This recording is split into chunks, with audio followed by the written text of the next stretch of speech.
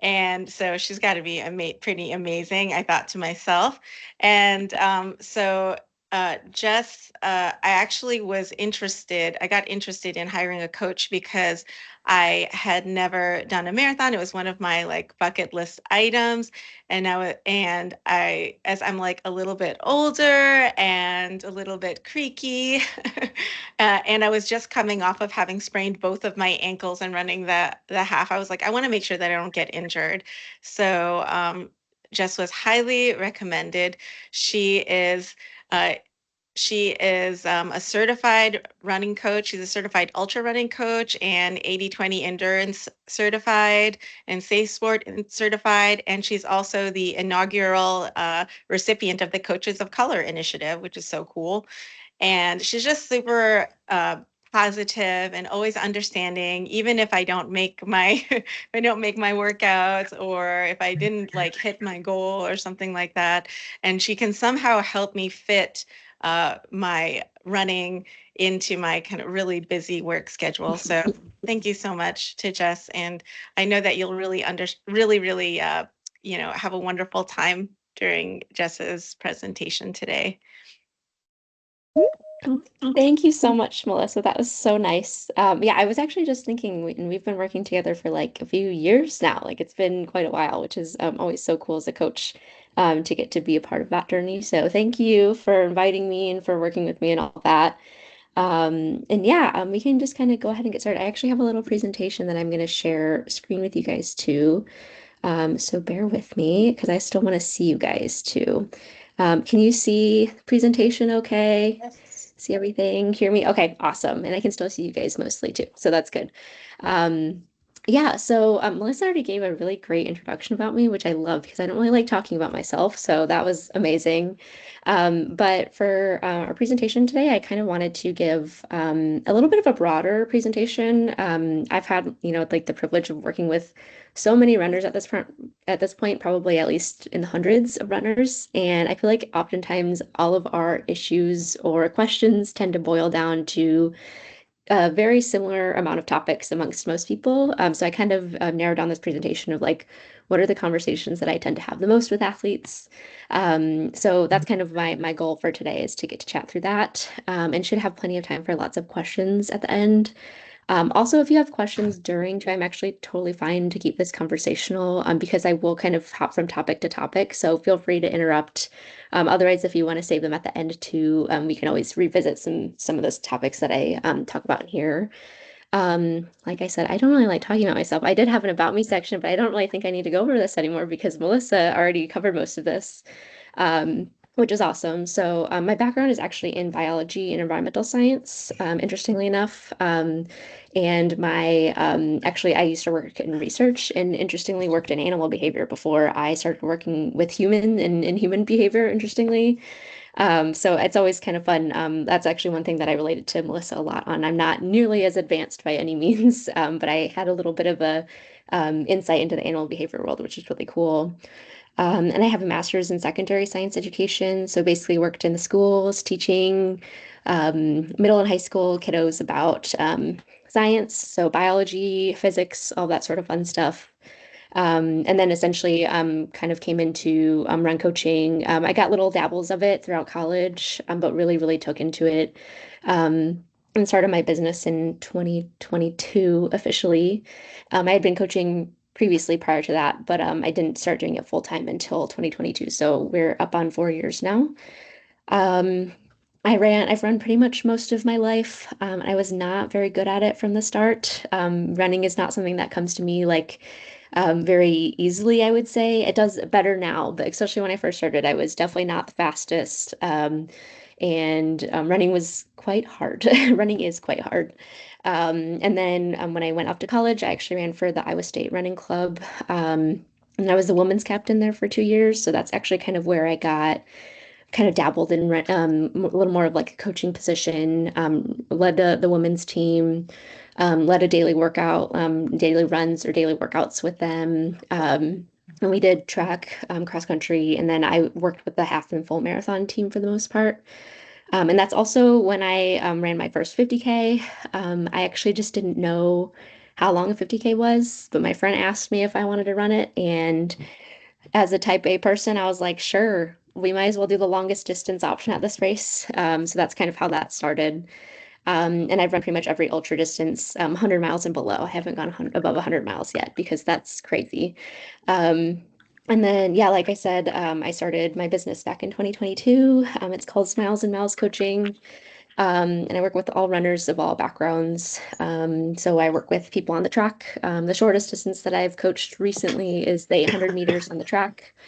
The longest distance has been 200 plus miles. So a big range of athletes, big range of goals, and all that sort of stuff.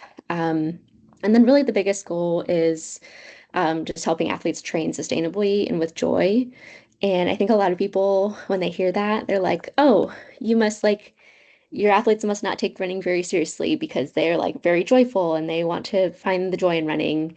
But actually, I would argue that the people who take the running most seriously are the ones who can find the joy in the process too. So hopefully, we'll touch on that a little bit in my presentation too. And I actually just brought on another coach to the team. Her name is Sophie. She mostly works with the trail and ultra runners, and she's also a new mom too. So it's always fun to have her perspective on the team as well. And then this also just, I felt like very important to share with this group in particular. These are my two dogs. The little one's Peanut. We don't know exactly what she is. We adopted her. We're guessing she's probably from Tijuana, but we don't really know her background. And Porter's the golden.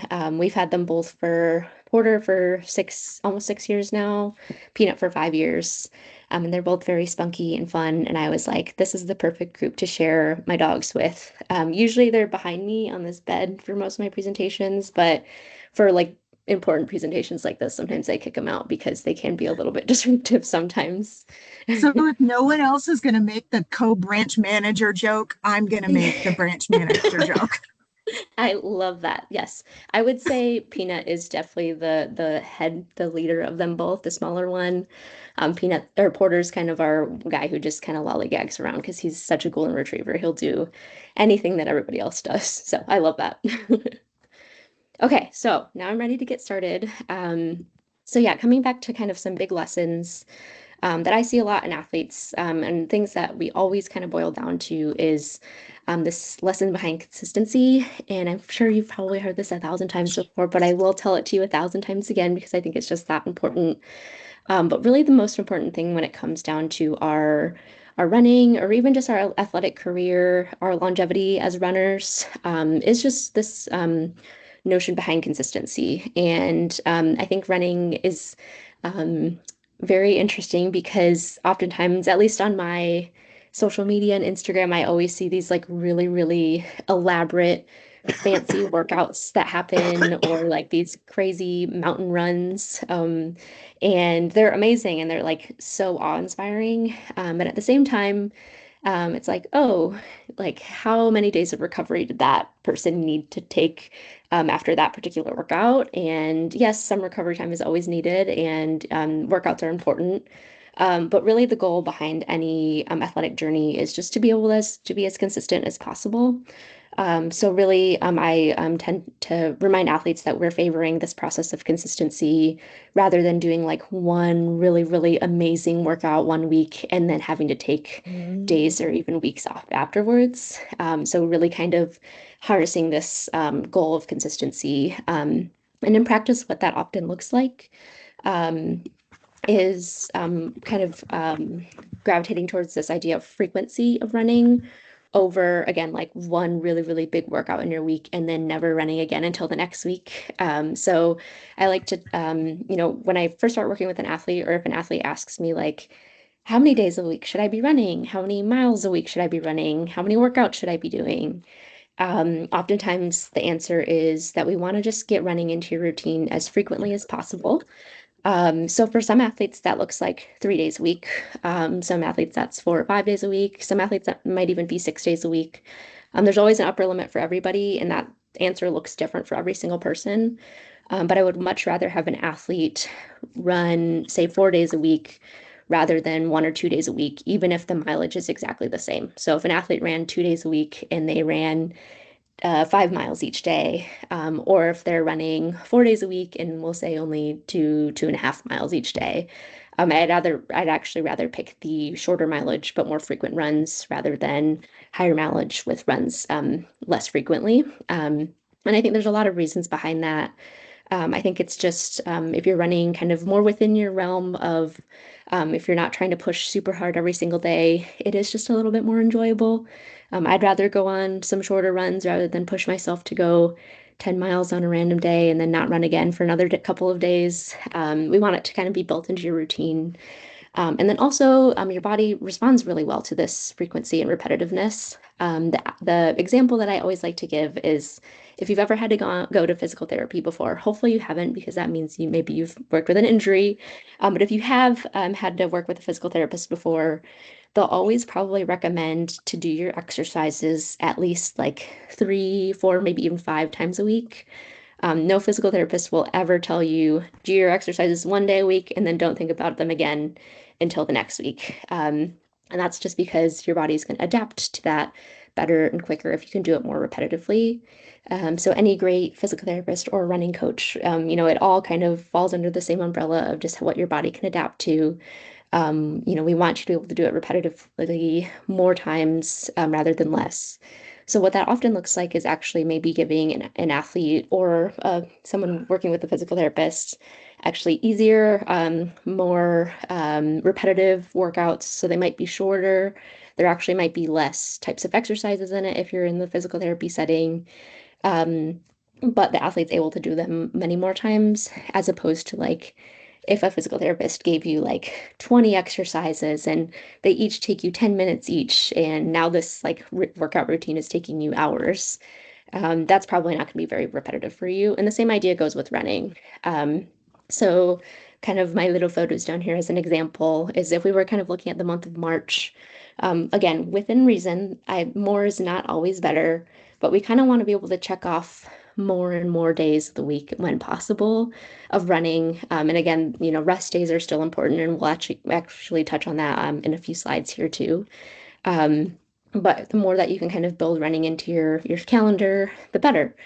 Because fitness builds over very, very long time scales. It's not over just one day. Fitness takes many, many weeks, months, or even years to run.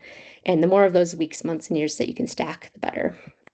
Um, and then same thing with this weekly plan. So if an athlete, say for this example, is running 4 times a week, we might spread that out over the week. The little check marks signify a run. And we'd rather see that more frequently throughout the week rather than as opposed to like once or twice a week only. Next is easy running is so, so important. And this is where it's so fun because easy running is where you get to have conversations with your friends, where you get to have adventures. So easy running is kind of an umbrella term for just kind of the way that you're feeling out there. And the way that I like to kind of simplify it the most for runners is we have easy running, we have moderate running, and we have hard running. And the way my brain works, I think I'm a very visual person, is I think of almost like a gas gauge, or I guess a speedometer maybe is a better example, where in the green, you're running nice and easy, and I'll explain what that means in a second. If you're kind of more moderately on the speedometer, you're right in the middle. Maybe that's our yellow. And hard on the speedometer is all the way to the end of the scale where you're in the red, and your body's working very, very hard. So easy running is again that kind of green section.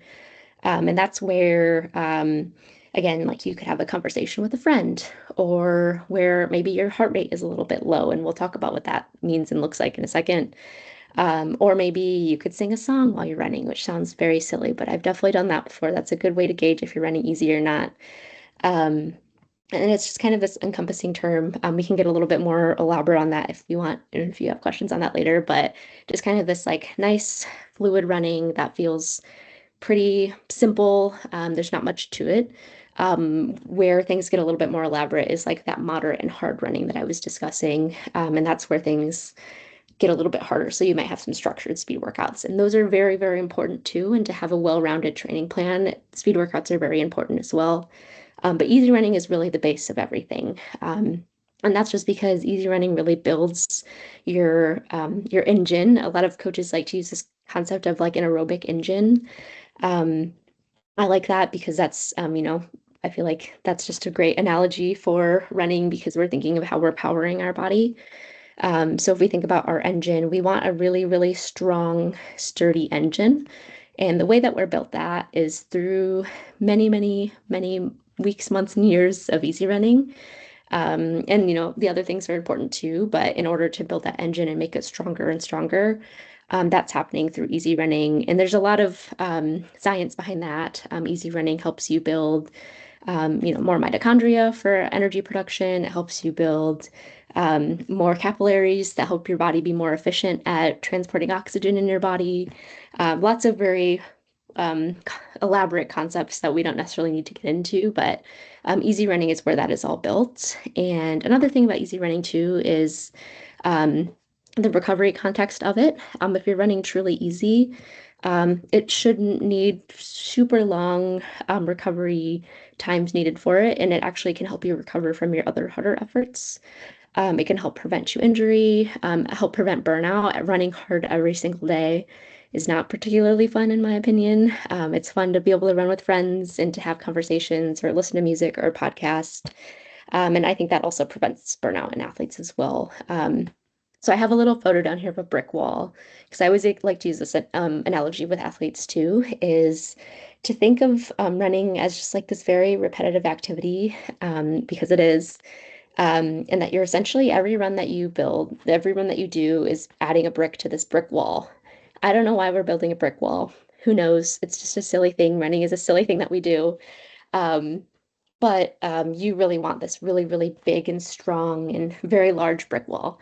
We're all just trying to build this really silly large brick wall for some reason because we like running. So every run that you do adds a brick to the wall. Some runs add really, really big bricks, like tons of bricks to the wall. So that might be like a speed workout or even a race can build some bricks into your wall. A long run probably adds a lot of bricks. But easy running is just where we're kind of constantly stacking bricks every single day. Those really, really great workouts that we're doing, the long runs, the speed workouts, and all that, they build a lot on the wall very quickly, but we can't do that super often. Whereas easy runs, you can stack those essentially almost every single day if you're running them truly easy, and you're just going to add more and more bricks. And the goal is hopefully to someday have 5, 10, 15, 20 years of bricks in the wall that you've just been contributing to for a long time. And hopefully you can look back on your running career with a lot of pride, just building this silly brick wall. And I always like that analogy of just like sometimes when I don't want to get out the door for an easy run because sometimes it feels tiring, motivation can be low, life stress, all that sort of stuff. I think back to that brick wall of just like, I just want to add one more brick. And even if it's just a short 10-minute run, that's okay. It's still adding a brick to the wall. And then on that note, we'll also talk about recovery because that's, I would say, equally as important as the training oftentimes. So I just really, really like the growth equation is often what it's called of stress plus rest equal growth. So you can add stress to your life. We're all probably very, very good at adding stress to our lives. Training is a type of stress. Work is a type of stress. Relationships, school, whatever it might be, all add stress to our system. In this context, we're obviously talking more specifically about training, but we are all humans and we take this from a holistic approach. So that's why I like kind of taking like training plus recovery equals adaptation, but more so for us as holistic humans, stress plus rest equal growth. So obviously a very important part of that equation is yes, the training, we have to add stress to the system. But we also have to add rest to the system in order to truly get that growth. If we're constantly adding more and more and more stress to the system and we never rest, growth isn't going to happen that way. You're just going to not like running and be tired all the time and be burnt out, which we don't want. Um, and recovery is actually in the context of a lot of things. Rest days, obviously, days off of running and training, very, very important. And that's usually the way that we think of recovery. And that is a very important part of it. But other things that contribute to our recovery are like sleep. Sleep is a very, very important. I won't tell you numbers on sleep because you all probably get told that enough. But just getting enough sleep in the context of your life and your training. And I think that looks a little bit different for everybody. But if you have a stint of life where you're getting less sleep, then that's something to consider. And you might start looking at recovery in other contexts too, of maybe sleep is something that we can't control, but maybe we can, have more recovery weeks in training. Maybe we can adjust our life stress a little bit. Usually that's not within our control. We can really, really make sure we're doing well on our fueling, all of that sort of stuff, when that sleep recovery context isn't there. Um, Another one that's very, very important, and I think the one that often gets missed the most, which we'll actually talk about a little bit more again here, is fueling. So by fueling, I just mean eating. So eating all sorts of good food, protein, carbs, fats, they're all very, very important for everybody, but especially for runners.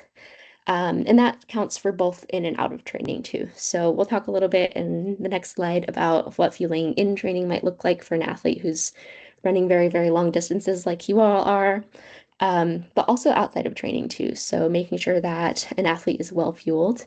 Oftentimes, a lot of issues with recovery or sometimes even burnout in training motivation can often be tied to, well, is this athlete eating enough carbs or are they eating enough protein? Those can often set the stage for injuries to happen, just being low on energy, not feeling well, and runners have to eat a lot. So that's always a very, very important one. Down in recovery weeks. So this might be a week where you're, cutting back on mileage a little bit to recover. Maybe you're just running easy. Recovery weeks can look different in a lot of different ways. There are a lot of ways to approach recovery weeks. But that's part of the rest part of the equation too, is just building those in. What that looks like in practice is actually a little bit different for every athlete. It kind of depends on how long they've been running, what they respond well to versus what they don't respond well to. So by that, I mean some athletes actually can keep their mileage up in a recovery week, but just run totally easy. Some athletes need to really, really cut back on mileage. It all kind of depends on the context of how long they've been running, how adapted to it they are, how long they've been doing speed workouts, and how much mileage they do, all that sort of stuff. So down and recovery weeks often vary by athlete on what those actually look like in practice. And of course, one of my favorites is life stress, because this is one that we like to kind of try to forget a lot. But stress is stress is stress. It comes from training, it comes from life, it comes from home, it comes from my dog sometimes has to go to the vet at 2 a.m. and that's very stressful, like whatever it might be.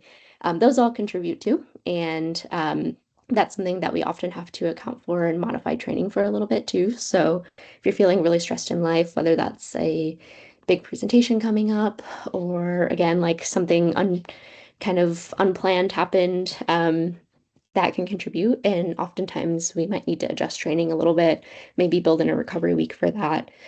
Just because, again, our bodies don't know, they don't understand mileage or why we're running or any of that sort of stuff. It only knows us in the context of stress.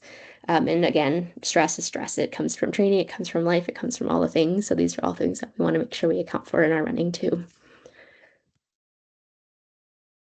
Next one is my favorite, fueling. So I talked about this a little bit in the last slide, but this is where we'll talk about it a little bit more.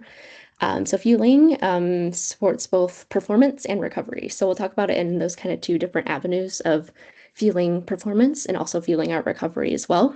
Um, Fueling, again, like I said on the last slide, comes into a play for an endurance athlete in a few different ways. One, obviously, being just eating in life. So eating enough food in life. And we all have very, very different requirements that we need. We all have very, very different bodies. So I won't give any specific numbers for anybody, but a kind of general rule of thumb that I like athletes to follow is that we should always be eating 3 meals a day. That's kind of a given. And then hopefully also eating 1 to 3 snacks a day.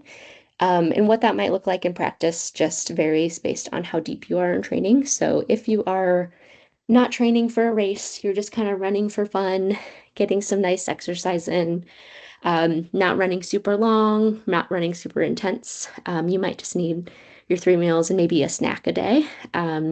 If you're like really, really deep in, we'll say like marathon training, we, are really in the intense part of training. You're doing all these long runs and workouts.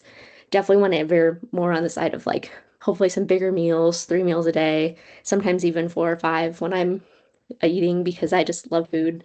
And then also incorporating maybe like up to even 3 snacks a day. I think that's kind of a nice rule of thumb. Again, that in practice, that's going to look different for everybody a little bit, but just making sure you're really eating plenty of food, in all times, but especially um, in your training too. And then I think something else that I always like to remind athletes is fueling actually is kind of hard. It's hard to eat enough because we're busy. And especially when you're deep in training, there's already so many things to worry about of like hitting your run for the day, doing your long run. So I often like to think of like, fueling is something that we need to be very intentional about. And by that I don't mean like making sure you eat all of your vegetables or something. Like it's actually truly just eating enough food. And I think in order to do that, you really, really, really have to make sure you're planning in advance, packing your snacks for the day if you're going to work. It's something that you have to be very intentional about. And if you're not, then that might be a sign that we're not fueling enough either. So that's a little bit outside of training. Inside of training, so this is often where like the long run comes in. So if you eat gels on the run, eat candy, fun snacks, and that sort of thing. This is something that is very, very important, and we'll kind of talk about what that looks like in practice. Um, but I also like to remind athletes too that your long run fueling is essentially your practice for your race day fueling. So when you run a marathon, you should have plenty of practice and have kind of planned out exactly what your fueling plan is going to be. And there's always going to be a little bit of changes with like weather might affect your fueling plan. For women, sometimes the menstrual cycle sometimes can even affect the fueling plan a little bit. Heat versus cold, I guess that falls under weather. Rain, climate, all that sort of stuff can definitely play a role in your fueling plan. But this is all stuff that hopefully we should have practiced tons in training. A sports dietitian that I like to bring on the team, we actually just had her recently on to chat. She always says to start planning it at least 3 months in advance, which I think is a nice kind of a good kind of well-rounded number. But honestly, if you're training year round anyways, you might as well practice your fueling plan regardless of how far you are from a race. But 3 months is kind of a nice timeline to give you plenty of time to like trial and error some things, practice your fueling, practice your hydration, all that sort of stuff too.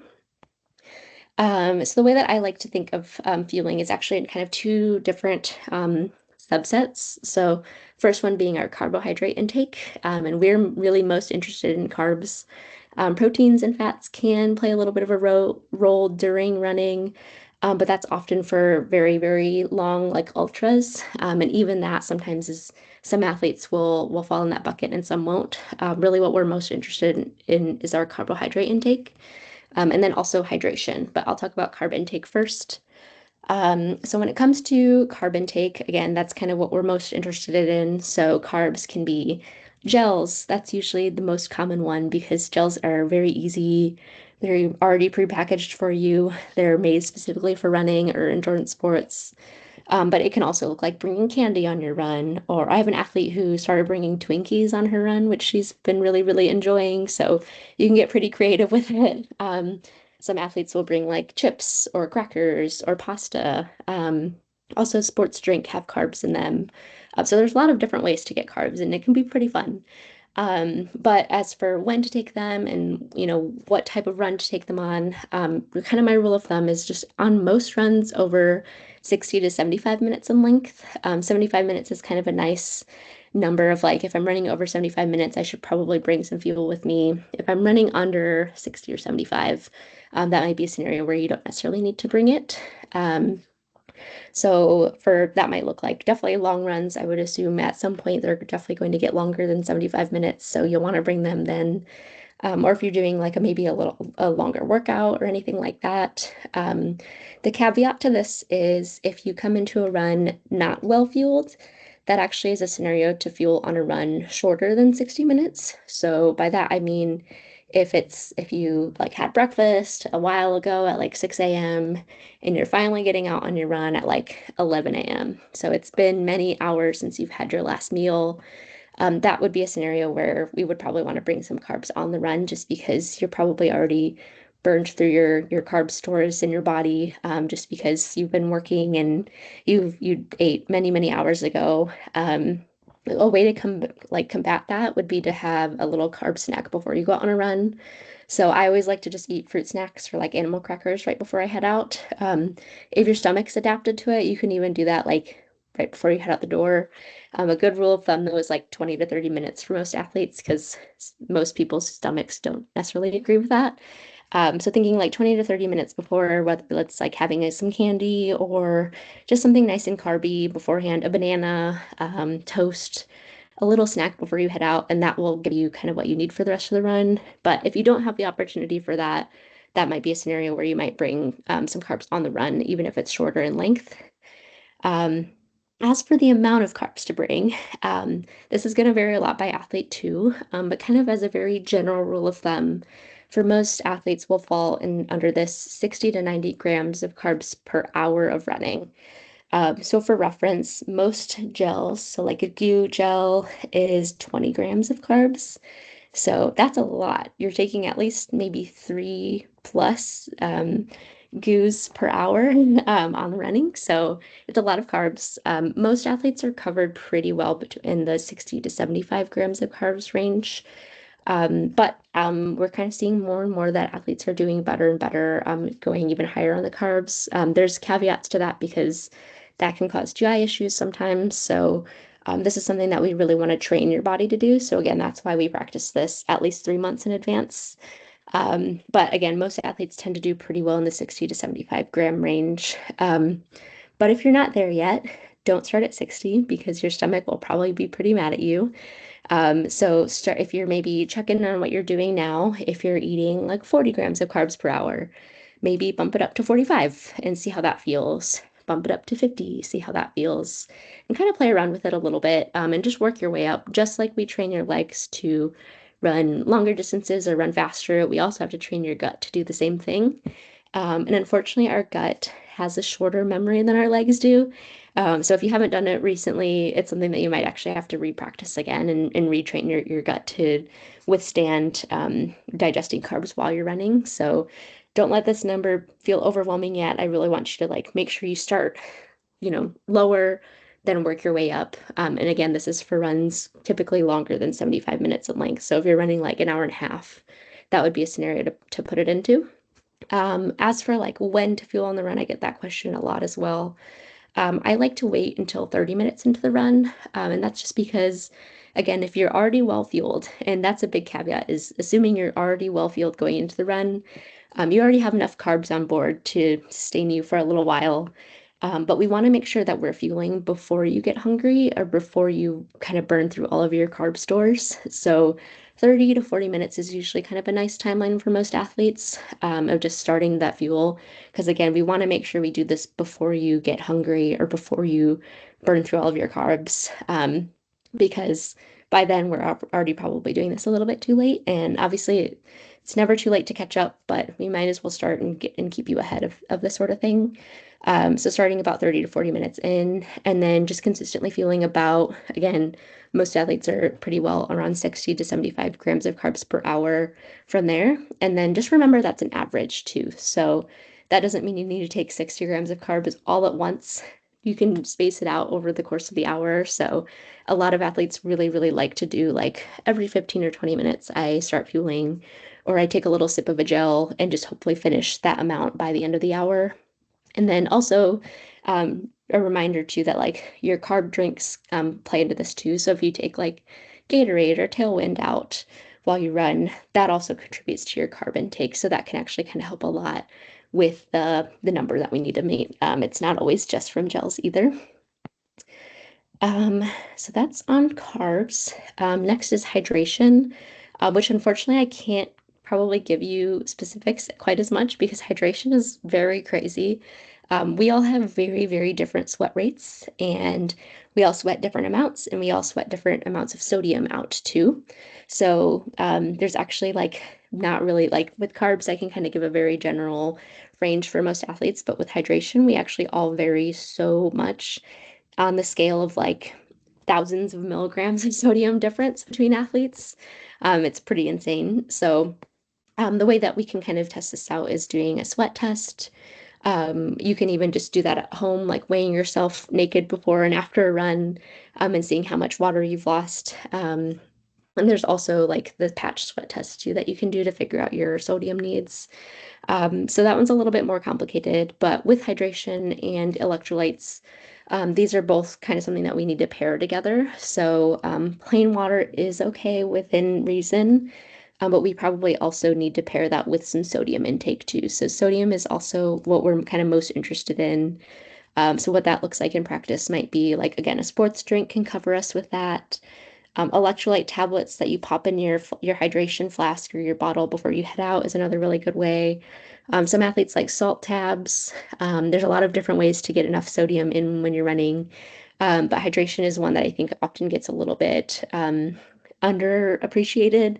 That's very, very important because especially if you're a salty sweater like me, if I don't um, hydrate enough, then I'm usually not feeling very well on the run, and it really, really hinders performance. It's something like a 2% dehydration can reduce your performance by like 11% or something crazy like that. So like even just a small amount of dehydration can play a huge role in your performance as well. Um, then recovery nutrition is another one that I wanted to touch on too. Is just you don't need to be like super strict on your timing necessarily with fueling, but I really don't want you finishing a run and then like not thinking about food for many, many hours and like getting to work or just like typing away in the computer or doing something like that. Um, Recovery nutrition usually looks like for most athletes within like 30 to 60 minutes. And again, we don't need to be super specific about that because, that's no fun when you start to put numbers to things. But 30 to 60 minutes post run, getting in just carbs and protein.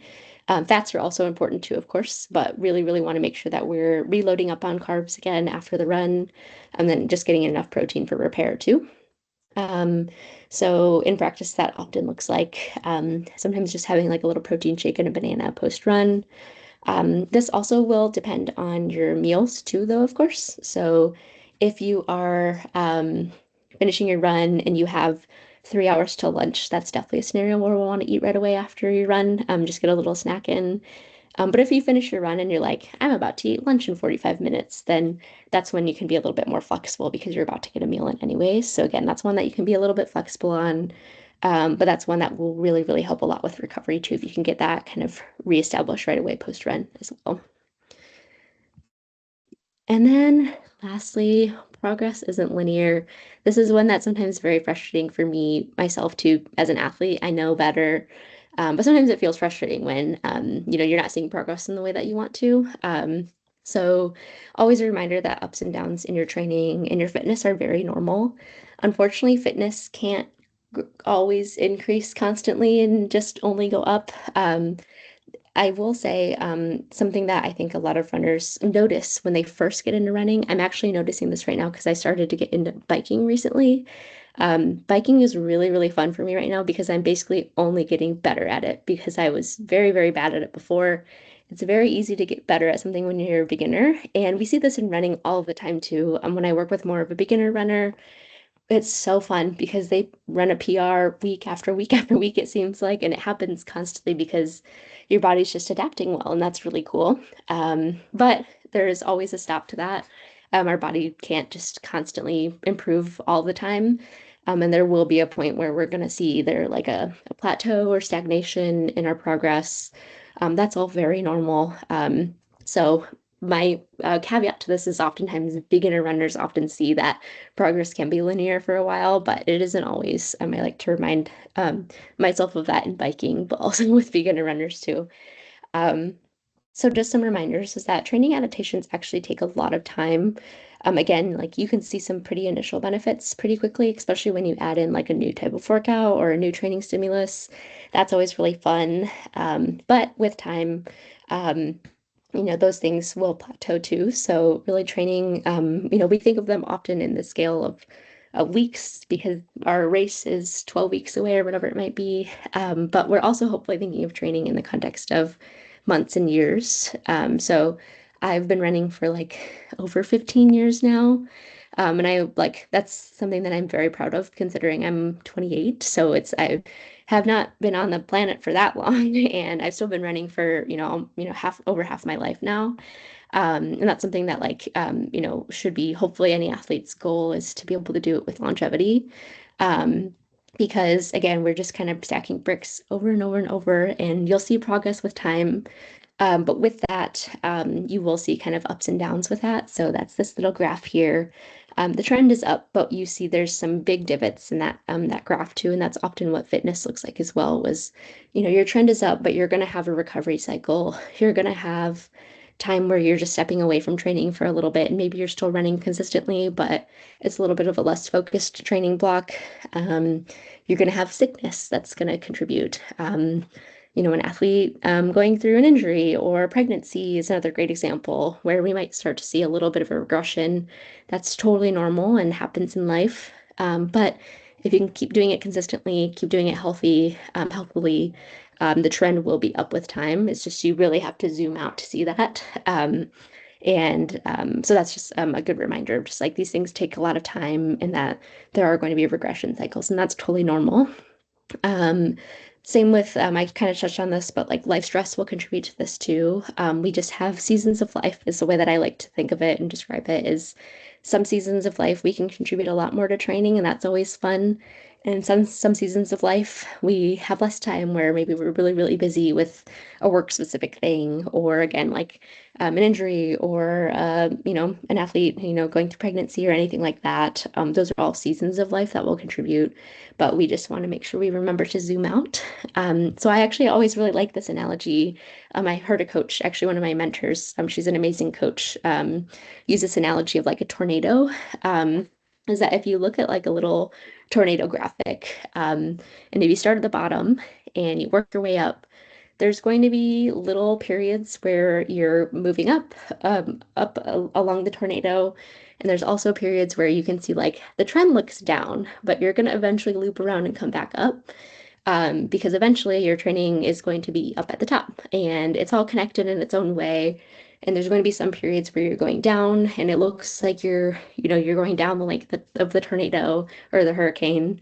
But actually, like it's all connected and you're coming on the way up. So just another reminder, kind of another visualization of it's not always upwards. If you zoom out, you can kind of see the full length of the hurricane or the tornado, and that you're actually working your way fully up it, and instead of just going down on one little cycle too.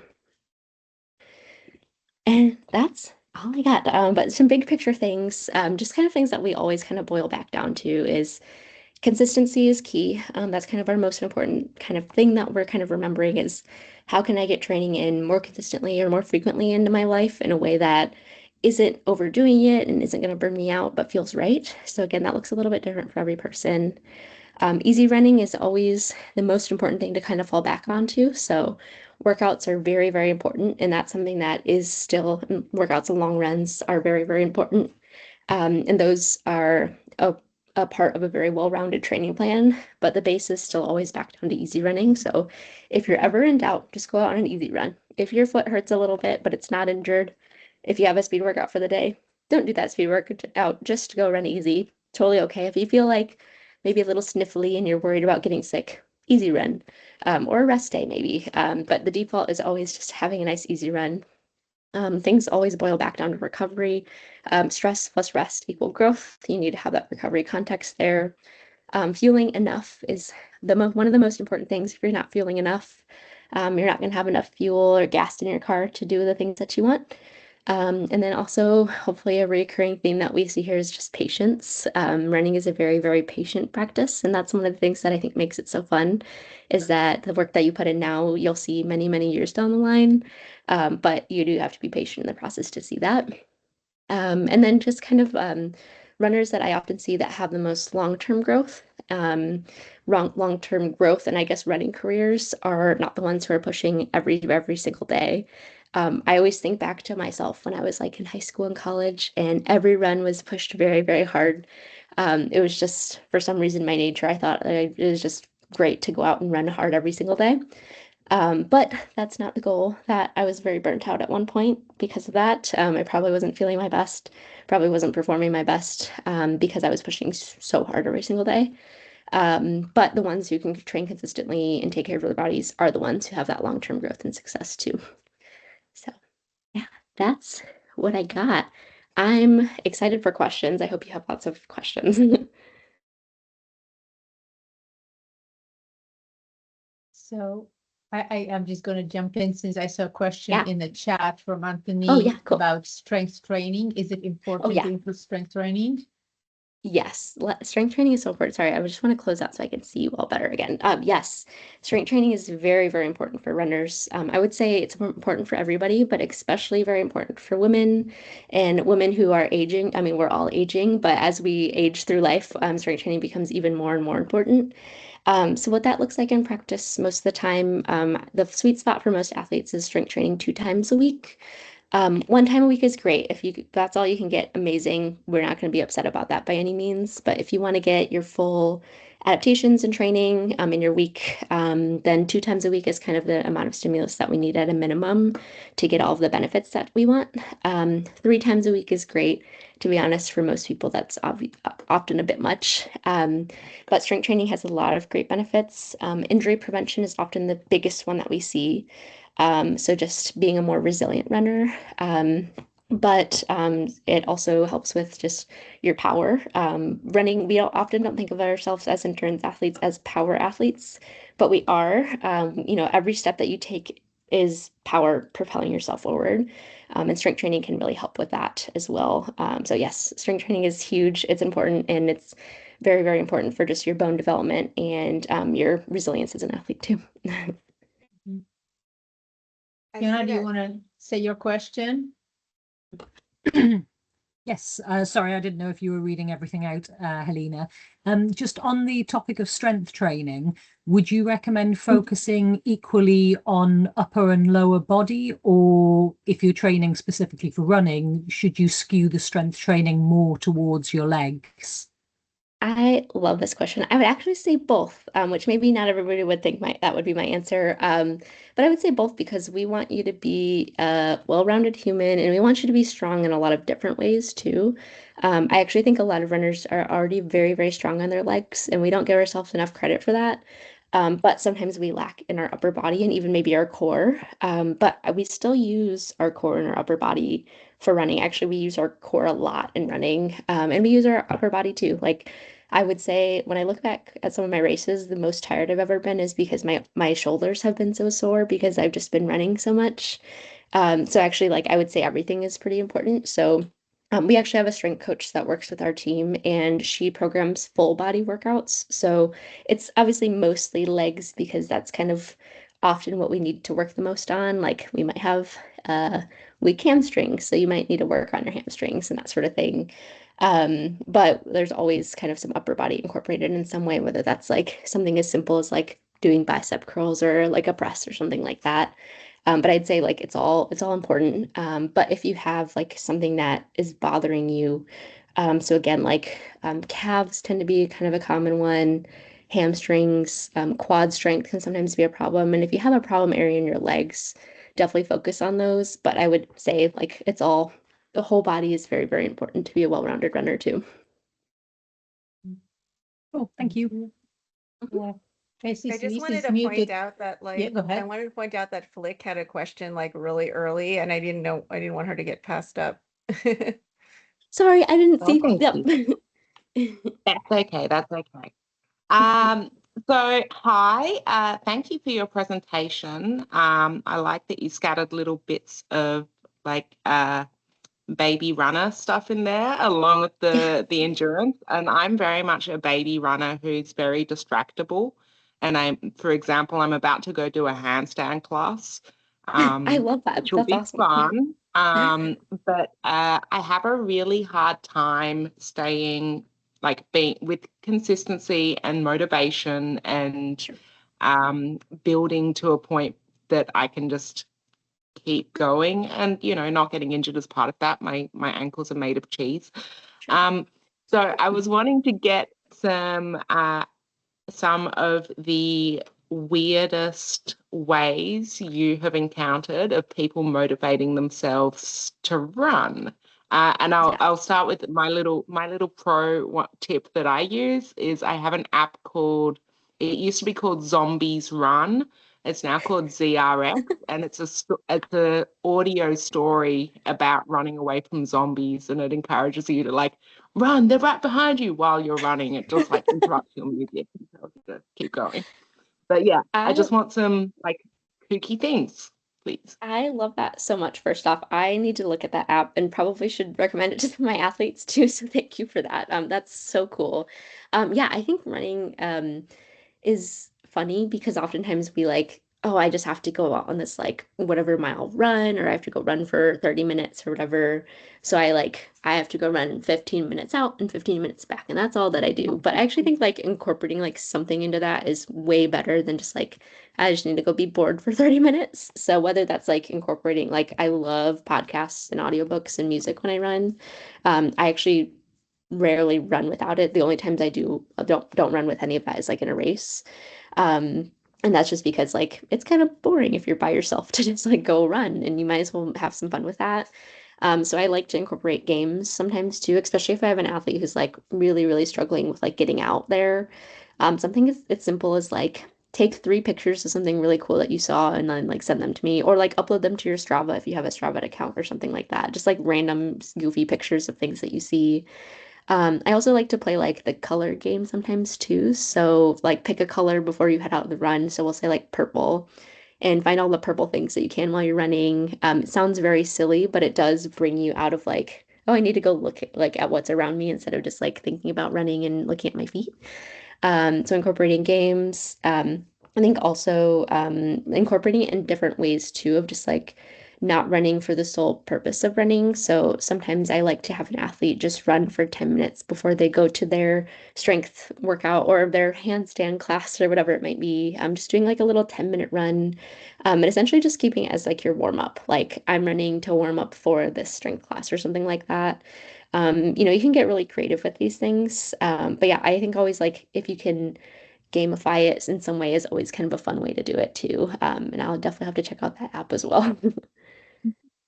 You made me think as well of, I haven't seen her pop up in my feed for ages, but a woman on TikTok who has a little crowd counter, and she counts the dogs that she sees when she's out for Oh, runs. yes. Yes, I have an athlete who has a dog counter in her training log. So she say like, I saw 5 dogs today and I pet one of them. So yeah, there's always like fun ways that you can incorporate. You just have to like kind of get creative with it. But that's kind of the point. Like running isn't meant to be like this very metric and numbers focused thing all the time. There's a time and place for that sometimes, but it's actually like meant to be this silly, goofy thing that we get to do because, why else do we do it? Thanks So for the we have tips. just a few more minutes, and I see 2 questions in writing, and then Alejandra, why don't we hear your question, and then maybe we can squeeze in those 2 other ones quickly. Sure. Thank you for all the information. It was really useful. I would like to ask about heart rate. So when I Mhm. Oh yeah. run, I'm a very slow runner, and even on my basic runs, my slow runs, I get my heart rate really high, 180, above 180. Is there a recommendation to try to slow that down, to bring that Yes. down? Super good question. And it's another one that heart Brady. rate is a little bit more nuanced than just I can give like a random number to you all because we all, again, have very, very different physiologies. We all have very different hearts and the way that our hearts interact with our bodies and our cardiovascular systems too. So if anybody ever gives you like an equation, probably don't use it to be quite honest. But yes, to answer your question, heart rate is something that we can definitely use to kind of calibrate our feel. And that's usually the way that I use Brady. it in the context of training too, is Brady. calibrating your heart rate or calibrating your feel using heart rate. But we use that in kind of in a nuanced way that like athletes I tend to find like, oh, I don't need to be as worried about this as I thought I needed to be. But yes, to kind of go back and answer your question, heart rate is something that we do want to have controlled, but your specific heart rate and your easy heart rate is going to be very different than everybody else's. And that all is based on things like Genetics play a big role in how your heart rate works, your current fitness, your training, the heat, caffeine even plays a role in what your heart rate looks like. So it's pretty complicated. Um, but if you are finding like 180 is pretty high, I would say that's probably not for most people. You'd have to have a very, very high max heart rate in order to have a 180 be your easy heart rate. And what I usually tell athletes is like, just walk a little bit and let your heart rate come back down and then run a little bit again. And then kind of build in whether it doesn't need to be a structured walk run.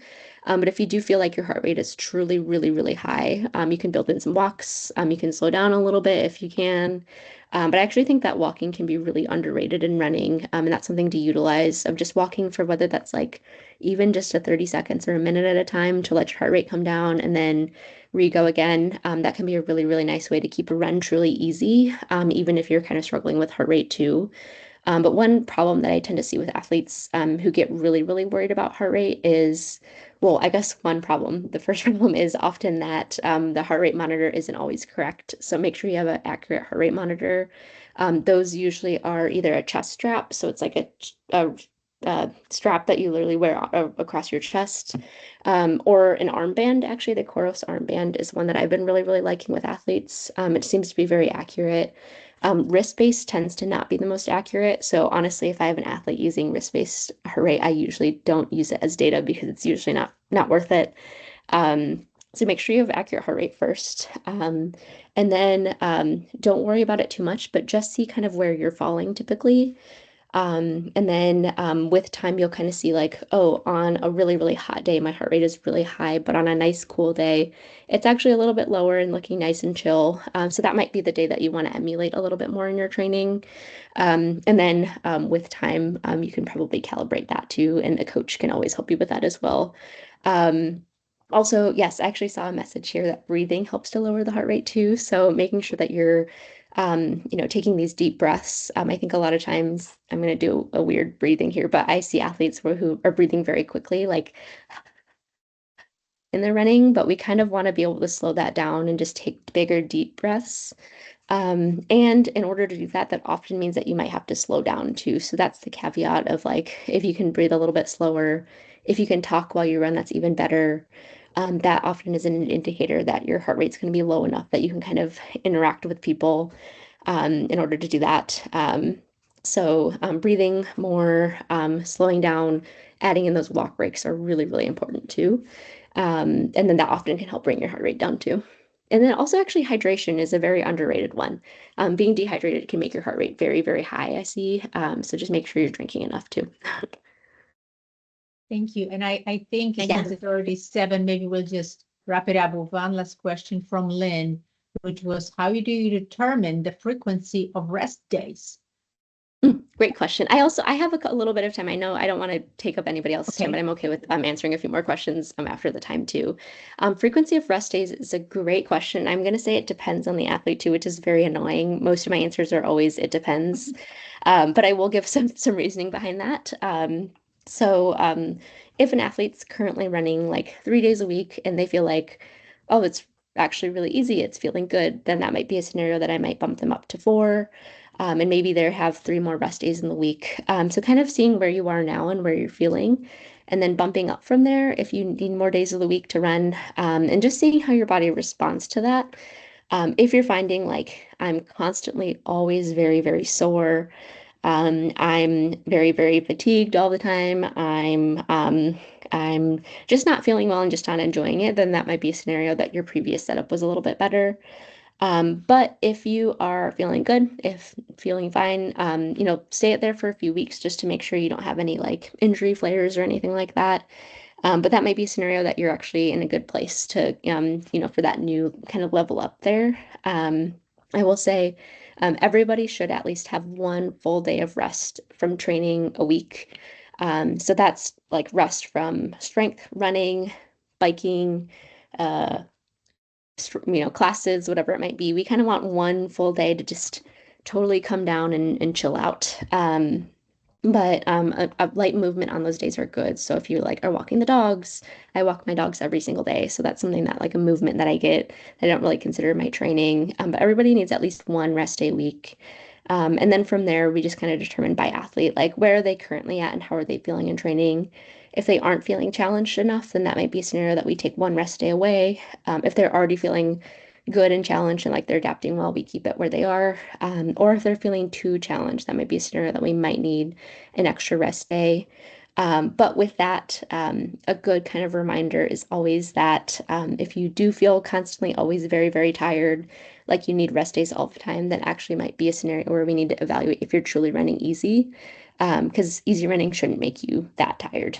It will within reason if you're, kind of bumping up your volume and your consistency with time. But you should be able to adapt to that. So if you always feel like you need a rest day, that actually might be a scenario to evaluate your training too. Mhm. Thank you. Anybody want to have one more question before we wrap up? Well, thank you so much. I'm actually going to put my teacher's hat on before we, I see one more question. Is there a question? Yes, Fiona, Fiona. Me, yes. Okay. I just had a quick question. I'm not really a runner. I do a little bit of running sometimes when I get bullied What? into it by Fiona ran our half marathon and she's well, run with our group. yes, and that was Yeah. what my question was going to be about, actually, the half marathon. So I did a half marathon just over a year ago, and I didn't do much training. I was really badly prepared. It was all my fault. But when I did try and start training in the run up to the event, I got shin splints. So in order to just try and get some base level of fitness so that I could survive the run, I was just going on the exercise bike just to get a little bit of cardio because that didn't seem to exacerbate the shin splints. Are there any other kind of good forms of exercise that you would recommend if people are suffering from shin splints that they can do just to try and keep that fitness up? Yeah, one really underrated thing is actually walking and hiking. A lot of people never like, they're like, walking doesn't count, but it totally counts. Walking makes me very tired personally sometimes when I walk a lot. But walking actually can help a lot because that's kind of one of the most similar things that we can get to running, where we still have impact on the body, but it's pretty low. The movement patterns are somewhat similar, and that can actually really help you increase your strength of your calves specifically. So shin splints often there's a lot of things that cause shin splints, but kind of one of the main things that we see is weak calves. So it might be something to look into if you need to work on calf strength a little bit. But actually, Okay. walking and hiking can be a really, really good way to build that up in a way that's low impact, that just feels good and is close to running. And what's fun about walking too is with time, when you do it a lot, you can actually start to build in like very little amounts of running into it too. So sometimes when I have an athlete, like I had an athlete recently who came to me and they had an injury prior to working with me. Um, so we started working together in like her return to run process, which is always very fun. Just kind of coming back to running after injury is really cool. And actually, what I had her do is just like I programmed a 45-minute walk and said, if you feel good, run for 30 seconds 3 times in this. And that's all I want you to do, but see how it feels. So that's literally how we introduced running back is like just 30 seconds at a time. Because I think I do this too with myself when I'm coming back from something. Like I really want to dive back into running a lot when I start running. But you can actually just do it in really small amounts. So walking is a really nice way to kind of bridge that. And then you can incorporate like little teeny bits of running until you can like work your way fully up to. But I would say calf strength, especially to check out. And then walking is very, very underrated too. Okay. And I tend to have quite tight calves. Is that Hmm. probably an Yeah. indicator that the calves, they're not just tight, they're weak as well? Yes, so that goes for anything in the body. If you have tightness, that probably indicates weakness somewhere. So that would be calves are a perfect example. Tight calves often mean that we need to work out that tightness. So foam rolling is actually really, really helpful and important. And Melissa knows that I talk about foam rolling like every single day to every athlete that I work with. It's very, very important. It can help kind of work out some of that tightness. But if you constantly have reoccurring tightness in an area, that actually often means weakness in an area. So working on calf strength will actually help reduce that tightness too with time, which is always nice. Perfect. Thank you. Yep. Griffey, I see you have a question. Mhm. You Open up. Oh. Okay, so you did track and field, right? Yes, I did. In high school and college, I did work for the club team too. So what are some good workouts for the 1600? Yeah, I love this. I actually have an athlete training for the mile right now. So I'm very jazzed about this. So with the mile or the 1600 in particular, you want a lot of time at running very fast at mile pace, which like in marathon training, we actually sometimes train less for marathon pace than we would for something like the mile. So running at mile pace with lots of rest in between. So what that might look like is I love 200s and 400s for athletes who are running on the track. So doing lots and lots of 200s. So what that sometimes looks like is if you're on the track running 200 fast at mile pace and then running the other 200 really, really slow, and then running 200 fast and then really, really slow. I don't want to give you a specific number of reps because I don't know your training specifically, but I would say like at least 10 to 12 reps of that, where you're running 10 laps total, 200 fast, 200 slow. 10 times is kind of a nice one. Also, 400s are great. So what you might do is 400 fast at mile pace, and then maybe do like a little jog around for maybe 200, and then do another 400. And so you can do that like, I don't know, maybe 4 to 6 times. So doing a lot of fast reps, but making sure you're doing a lot of recovery between. It's almost like equal recovery. So if you're doing 200 fast, 200 slow, 200 fast, 200 slow, it's a little bit different. Whereas like if you're training for like a half marathon or a full marathon, you're doing shorter recoveries. So if you're doing like half marathon mile repeats, you're running those reps slower than you would for the mile, but you might only have a minute or two of recovery in between. But for the 1600, you want to have a lot of time at 1600 pace too. Track workouts are fun. I like those a lot. I have 1 mile. question. See, it's so scary. It's a I have lot. a It's very question. quick. Yeah. Yeah. I have a question about posture. I'm more of a walkers breaking into running, and I watch beautiful runners run, and they look like they're gliding. And then people take a video of me doing the 5K, and I'm flailing, my arms all over, I make giant steps. I know the theory, but do I record myself? How do I improve how I start running? Yeah, this is a good question. I do actually think recording yourself once in a while can help. You don't need to do every single run, but I would say like if you're working on your form, maybe once a month, just getting a little video of yourself running can sometimes be helpful. But some cues that we always like to come back to with running are being upright. So we don't want to like have you hunched over or anything like that. So thinking like good posture, your shoulders are back. And we don't want to really overthink too much. So a lot of people talk about cadence a lot. So that's how many steps you take per minute. Cadence, I will tell you, does not like there's not a specific number that's perfect for everybody. We want to think quick feet though, so taking shorter, smaller steps and taking faster steps, and trying not to make really, really big steps because the problem with that is when you start taking really big steps, you overstride. Heel striking is not a bad thing, like a lot of people will tell you, or maybe runners would tell you. Heel striking is not necessarily a bad thing, but what's wrong with heel striking is that it's often associated with overstriding. So if you're taking too big of steps, then that's when a heel strike becomes more apparent. So just taking shorter, quick steps, trying to keep your foot to land underneath your body, um, staying upright, leaning forward from your ankles and not from your hips. So we don't want you to like be hunched over because you're bending at your butt. We want your forward lean to kind of come from your ankles. So if you were to like stop running, you would almost like fall over if you weren't moving forward because we want gravity to do the work for you. Like it's nice when we don't have there's less work for us to do. So lean forward. And a way that I like to kind of practice that is to like go up against a wall and lean forward from your ankles so you can catch yourself. So you can kind of see like what does it look like when my body's straight but leaning forward because a lot of people will bend from their hips and like kind of stick their butt out. And we don't want that.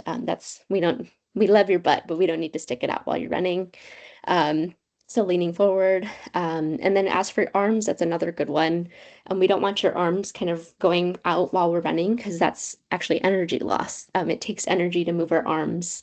And we want all of our energy to go towards our legs because they need it.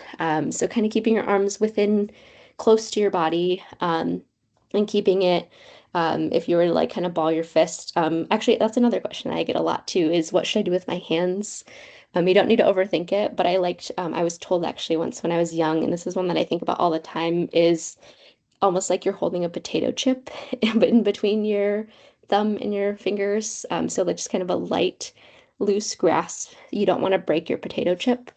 So just kind of keeping it nice and loose. So kind of a very light fist like this. Or if you're holding like a grape, you don't want to crush your grape. So keeping it nice and loose.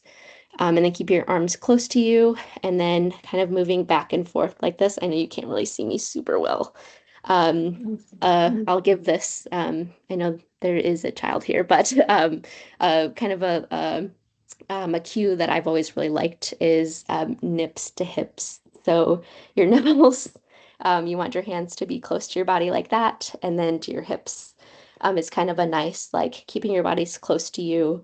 Nips to hips is kind of describing like where your hands fall between your chest to your hips and just kind of keeping it within. Because if you're starting to like flail your arms out this way or anything like that, again, we're starting to lose energy and we're a little bit less efficient too. So nips to hips is a nice kind of cue that I like to use. Um, and then just remembering to kind of keep the energy controlled with your arms. You don't want your arms doing a lot of work. They do the work for us when we're like running uphill. You can use your arms to drag yourself forward, but we kind of want to keep them close to the body otherwise. And then that forward lean and quick steps are kind of our big cues that we want to remember for running too. Thank you so much. Does anybody have any questions? I see Well, we Nora had, is like- joining us from Dallas. Oh, Hi, Nora. we had a couple questions that were not answered. Like there's this Yeah. one from Anthony. How many miles should we expect out of our running shoes? Also, how do we find the right shoes? Huh? LOL. Yes. You mean you don't Oh my find your gosh. shoes on marshalls.com like me? Yeah, go to Marshall's first. Um, this is a really good question, and running shoes are so hard, I will say.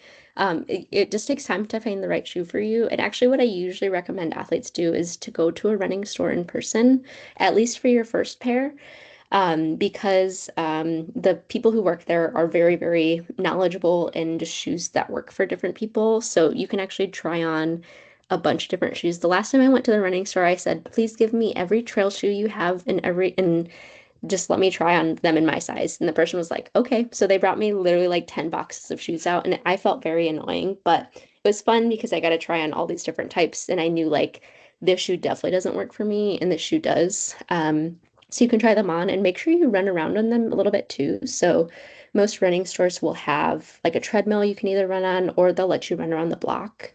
So try them out, and running shoes should feel pretty good, like right from the start. You shouldn't really have to break them in. They should feel nice and cushy and good. What you probably want is a daily trainer just for most of your training. You can get like a fun, fast racing shoe too. That's always fun and a good investment as well. But if you're just looking for a nice shoe to run in consistently, you want to ask for a daily trainer.